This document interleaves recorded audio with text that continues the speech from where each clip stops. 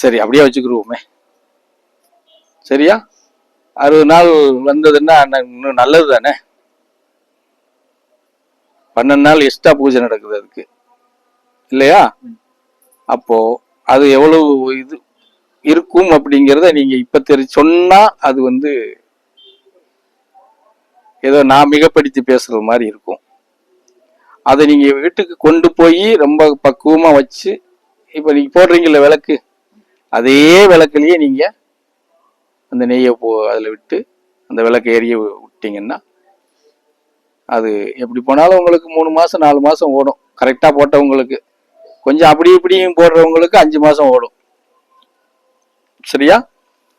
அது போட்டு வீட்டுல எவ்வளவு பிரகாசமா அது ஜொலிக்குதோ அதுக்கப்புறம் தான் அதில் உள்ள அனுபவம் உங்களுக்கு தெரியும். புரியுதா? பல விஷயங்கள் அதுல நமக்கு கை சேரும்.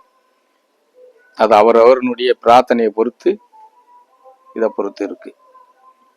சரியா? அதை ரொம்ப கவனமா நம்ம கொண்டுட்டு போய் கவனமா நீங்க எல்லாம் வீட்டுல வச்சு அதை ஒரு விஷயம் சொல்லுவேன் இல்லையா, உன் பிள்ளைக்கோ அடுத்தவங்களுக்கோ நீ எதுவும் கேட்க கூடாதுன்னு சொல்லுவேன் இல்லையா, இந்த ஜோதிக்கு முன்னாடி உட்காந்து கேட்கலாம். இங்க இருந்து எடுத்துட்டு போறீ இல்லையா நெய், இந்த ஜோதி ஏத்துற இல்லையா, அந்த ஜோதிக்கு முன்னாடி நின்று நீ கேட்கலாம். சொந்தக்காரங்களுக்கு கேட்கலாம், பிள்ளைக்கு கேட்கலாம், இப்படி நல்ல விஷயத்த கேட்கலாம். தீய விஷயத்த நம்ம எந்த எண்ணத்தும் வச்சிடக்கூடாது.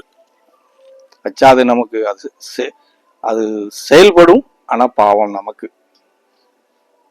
புரிஞ்சதா? அந்த மாதிரி எந்த இது நல்ல விஷயத்த பயன்படுத்திக்கோங்க. வீட்டில் போய் ஜோதி ஏத்துற காலத்துல அதை அன்னைக்கு சொல்லி அனுப்பணும். நான் இப்பவே சொல்லிடுறேன், அன்னைக்கும் சொல்லுவோம். இன்னும் கொஞ்சம் தெளிவா இருந்தீங்கன்னா அந்த ஜோதி கூட பேசலாம். நம்ம எப்படி பேசலாம், அது உனக்கு பதில் சொல்லும். நீ எந்த உருவத்தை பார்க்கணும்னு நினைக்கிறியோ அந்த உருவத்தை பார்க்கலாம் அந்த ஜோதியில. இப்ப நம்ம கார்த்திகை தீபம் ஏத்துனா எப்படி ஜொலிக்குது அப்படி நீ கேட்கும் போது அந்த ஜோதி அப்படி ஜொலிக்கும். வீட்டுல எவ்வளவு உயரம் ஜொலிக்குது நமக்கு, அதே இது நீ நம்ம வீட்டுல பார்க்கலாம். அப்படி ஜொலிக்கும் போது உனக்கு உள்ள உருவங்கிறது தெரியும். ஜோதிக்குள்ள இதெல்லாம் அதுல இருக்கு. ஆனா அதுக்கு தகுந்தது மாதிரி நீங்க உங்களுடைய மனநிலை, நடைமுறை, செயல்பாடு, மாலை போட்ட காலத்துல நம்ம அதை எப்படி அந்த நெறிமுறையை பின்பற்றணுங்கிறத கரெக்டா பின்பற்றணும். ஏதோ சாமி சொல்லிட்டாரு நம்ம போட்டிருக்கோம் அப்படின்னு நினைச்சிட்டு இருந்துடக்கூடாது. இருந்தால் அதுக்கு உங்களுக்கு தான் கஷ்டம். சில எப்படி உடல் ரீதியா மன ரீதியா நீங்க தான் உபாதை அடைவீங்க. புரியுதா? நீங்களும் உபாதை அடையணும். அது ரிமோட் பண்ணணுங்கும் போது அது எங்க வரும்? இங்கதான் வரும். நீங்க மாலை போட்ட காலத்துல இது ஏதாவது தவறு பண்ணி ஒரு இது வாங்கிட்டீங்கன்னா, சாமி இப்படி ஆகி போச்சுன்னு சொல்லும் போது, ரிமோட் பண்ணும் போது அது எங்க நான் தான் எடுத்தாகணும், இந்த பிரதேசி தான் எடுத்தாகணும். சரியா? இது இப்படி எல்லாருக்கும் ஒரு சிரமத்தை கொடுக்கும். அதுக்கு வராம நீங்க பார்த்துக்கிட்டு பயணம் பண்ணணும். இந்த ஆண்டு நம்ம துவங்கி முறைப்படி துவங்கி இருக்கிறோம். ஆரம்பத்துல கூட 2 வருஷம் இங்க மாலை போட்டோம். சும்மா பேருக்கு மாலை எடுத்து கொடுத்து அப்படி ஒரு 18 நாள் இருக்க வச்சு அப்படி போனோம். நெய் கலசம் எல்லாம் நிறுத்தி அந்த இதெல்லாம் பண்ணல. அது அவ்வளவுதான். அந்த 2 வருஷத்துக்குள்ள கசமுசான்னு ஆகி போச்சு. அதை அப்படியே உதறி விட்டாச்சு. அதுக்கப்புறம் தான் அதுதான் நான் சொல்றேன் இல்லையா, அது தொடரும், இல்லைன்னா தொடராது. நம்ம இதை பொறுத்ததெல்லாம் அது. சரியா? அது அந்த மாதிரி நம்ம எல்லாம் ஃபாலோ பண்ணிக்கிட்டு போகணுங்கிறத மாத்திரம் மனசுல வச்சுக்கோங்க. உங்களுக்கு வேற ஏதாவது சந்தேகம் இருந்தால் கேளுங்க. இதுல கேட்கணும், நீங்க கேள்வி கேட்காமல இருக்கக்கூடாது.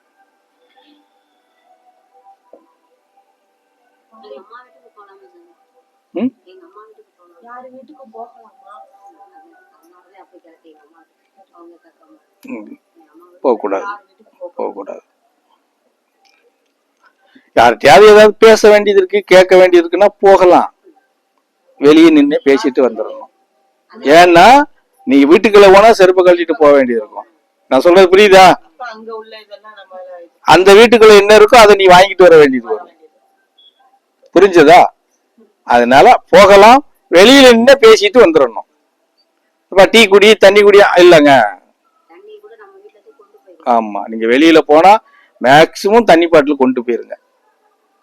மேக்சிமம் அப்படி இல்லைன்னா, தவிர்க்க முடியலன்னா ஒரு பாட்டில் வாங்கிக்கோங்க. தண்ணி தானே, வாங்கிக்கிடலாம், அப்படியே குடிச்சுக்கோங்க. யார் வீட்லயும் டம்ளர்ல வாங்கி சாப்பிட வேண்டாம். அந்த மாதிரி பண்ணிக்கோங்க. சரியா? இதை கரெக்டா நீங்க ஃபாலோ பண்ணிக்கிறணும். ஃபாலோ பண்ணா தான் சரியா இருக்கும். விருந்தாளிக வரலாம், பட்டு அவங்கள நம்ம உபசரிக்க முடியாது, நீங்க உபசரிக்க முடியாது. வீட்டுல இருக்கிறவங்க வேணா உபசரிச்சுக்கலாம்.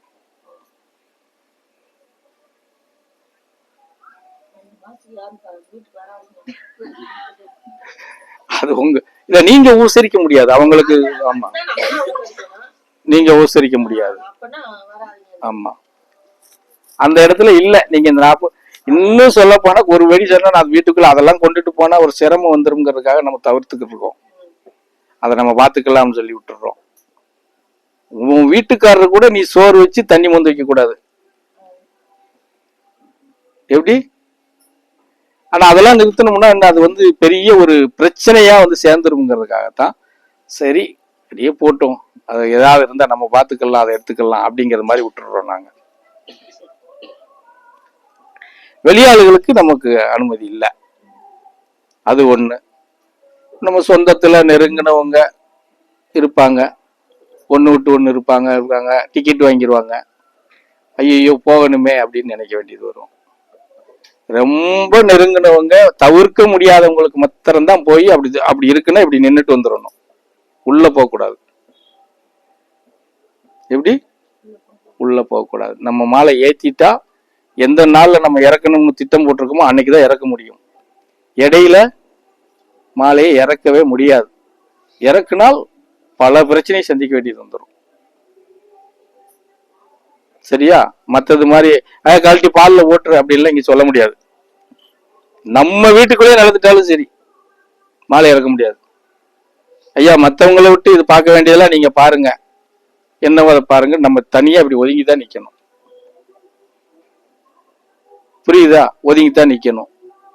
அப்படி நம்ம வீட்டுக்குள்ள இருக்குன்னா அது நம்ம இறக்குறது வரைக்கும் போகாது, அது எங்களுக்கு தெரியும். அப்படி இருந்தா நாங்க அதை வேற மாதிரி கொண்டுட்டு போயிருவோம், அந்த நாள் வரைக்கும் தள்ளி கொண்டு போயிருவோம். அப்படி நிறைய கொண்டு போயிருக்கிறோம் நம்ம. சரியா? அது ஒண்ணும். என்னப்பா?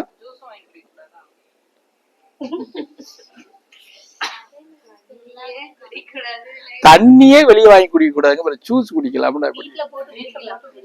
நீ பழம் வாங்கி வீட்டுல வச்சு போட்டு ஒரு பாட்டில் அடைச்சு வச்சுக்கோ. இல்லப்பா, நீ பழம் வாங்கி வீட்டுல ஜூஸ் போட்டு உன் பாட்டில் அடைச்சு வச்சுக்கோ.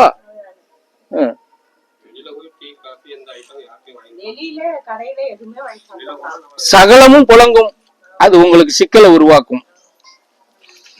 அப்புறம் செஞ்சுக்கிட்டு பிரச்சனை, ஐயோ வயிறு வலிக்கு, இடுப்பு வலிக்கு, பிறகு முதுகு வலிக்குன்னு இருக்க கூடாது. ஃபர்ஸ்ட் இங்கதான் இருக்கும். எப்படி? இங்கதான் இருக்கும். எச்சு கூட முழங்க முடியாது, அவ்வளவு டைட் பண்ணும். புரிஞ்சதா? அதுக்கே அந்த துன்பத்தை நீ எடுத்துக்கிற.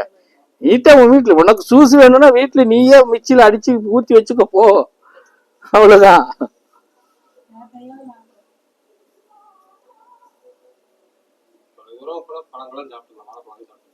பழங்கள் எந்த பழம்னாலும் சாப்பிட்டுக்கலாம். ஆரஞ்சு பழம் சாப்பிட்டுக்கலாம், ஆப்பிள் சாப்பிட்டுக்கலாம், வாழைப்பழம் சாப்பிட்டுக்கலாம். ஈஸியான மெத்தேடு நமக்கு வாழைப்பழம். வீட்டுல இருந்து சாப்பிட்டுக்கலாம். வீட்டுல நீங்க டீ சாப்பிட்டுக்கலாம், பால் சாப்பிட்டுக்கலாம், தயிர் என்ன வேணாலும் சாப்பிட்டுக்கலாம், நான்வெஜ் தவிர. எப்படி? எடுத்துக்கலாம். வீட்டுக்குள்ள இப்ப எல்லாம் சாப்பிட்டுக்கலாம், நான்வெஜ்ஜை தவிர மீதி எல்லாம் சாப்பிட்டுக்கலாம். சரியா? அது ஒண்ணும் பிரச்சனையே கிடையாது. படுத்துக்கோ. உன் தலையானிய வேற யாரும் வைக்க கூடாது. தலகாணி நீ வச்சிருந்தால் இன்னொருத்தர் வைக்க கூடாது. ஆமா, அப்படி அவங்க வச்சு நீ வச்சிட்டேன்னா உனக்கு தலைவலிக்கும். அன்னைக்கு பூரா நைட்டு பூரா தூங்க மாட்டேன், தலை வின் வின்னு வின்னு தெரிக்கும். ஆமா, அதெல்லாம் பாத்துக்கோங்க. விளையாட்டுல 2 3 பிள்ளை இருக்கிற வீட்டுல அந்த இதெல்லாம் நடந்துரும். அதை ரொம்ப கவனமா தான் வச்சுக்கிறோம்.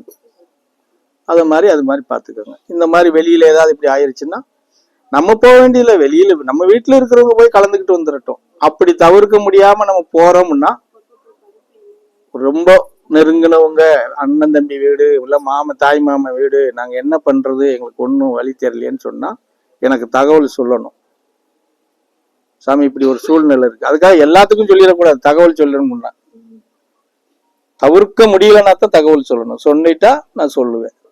ஒரு குடம் போறதுக்கு முன்னாடி ஒரு குடத்துல நல்லா 2 கூட்டுக்கை உப்பு அள்ளி உள்ள போட்டு தண்ணி நிறைய வச்சு கலக்கி வச்சு, இன்னொரு இதுல ஒரு கூட்டுக்கை மஞ்சத்தூள் போட்டு கலக்கி வச்சு, இப்படி ஒரு தண்ணி 3 குடம் தண்ணியை வெளியே வச்சுட்டு போயிருங்க. அங்க போயிட்டு வந்து எப்படின்னா, குழந்தை ருதுவானா, ஒரு குழந்தை ருதுவாயிட்டா போவாங்க, தண்ணி ஊத்துற இடத்துக்கு போவாங்க இல்லையா, அங்க போனா, இந்த மாதிரி டிக்கெட் வாங்குற வீட்டுக்கு போனா, இந்த 2 தான். குழந்தை பிறந்த வீட்டுக்கு போனா ஒன்றும் பிரச்சனை கிடையாது, பார்த்துட்டு வந்துடலாம். புரிஞ்சதா? இந்த 2க்கு மாத்திரம் போனா மாத்திரம் இந்த மாதிரி செஞ்சுக்கிறணும். இந்த தண்ணி வீட்டுக்கு போயிட்டு வந்து தண்ணியை தூக்கி தலைவலியா போதுன்னு ஊற்றிட்டு, உப்பு தண்ணியை தூக்கி ஊற்றிக்கிறணும். அப்புறம் மஞ்சள் தண்ணி, அப்புறமா இந்த நல்ல தண்ணியை ஊற்றிட்டு அந்த ட்ரெஸ்ஸை அப்படியே அவுத்து அங்கனுக்குள்ள வச்சுட்டு வேற ட்ரெஸ் மாத்திக்கிறணும். மாத்திக்கிட்டு வீட்டுக்கு, அதுக்கப்புறம் இந்த நம்ம அவுத்து வச்சிருக்கிற ட்ரெஸ்ஸை வாஷ் பண்ணி கிளீன் பண்ணி எடுத்துக்கிடலாம். இது இந்த ஃபார்முலாவை கரெக்டா நீங்க ஃபாலோ பண்ணணும். அது ஆணா இருந்தாலும் சரி, பெண்ணா இருந்தாலும் சரி. வேற என்ன?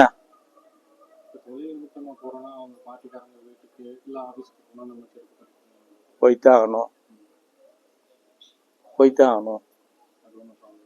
ப்ராப்ளம் இல்லைன்னா சொல்ல முடியாது. அப்படி போனா இப்படி போகும்போது எனக்கு போன் பண்ணி சொல்லணும். திருப்பி வந்து என்கிட்ட கேட்கணும், நான் போயிட்டு வந்துட்டேன், மலமலன்னு வீட்டுக்குள்ள போயிடக்கூடாது. வந்து சாமி போயிட்டு வந்துட்டேன் அப்படின்னு சொன்னீங்கன்னா அப்ப என்ன செய்யணும்னு சொல்லுவேன். ஆமா, போயிட்டீங்கன்னா மாட்டிக்கிடுவேன்.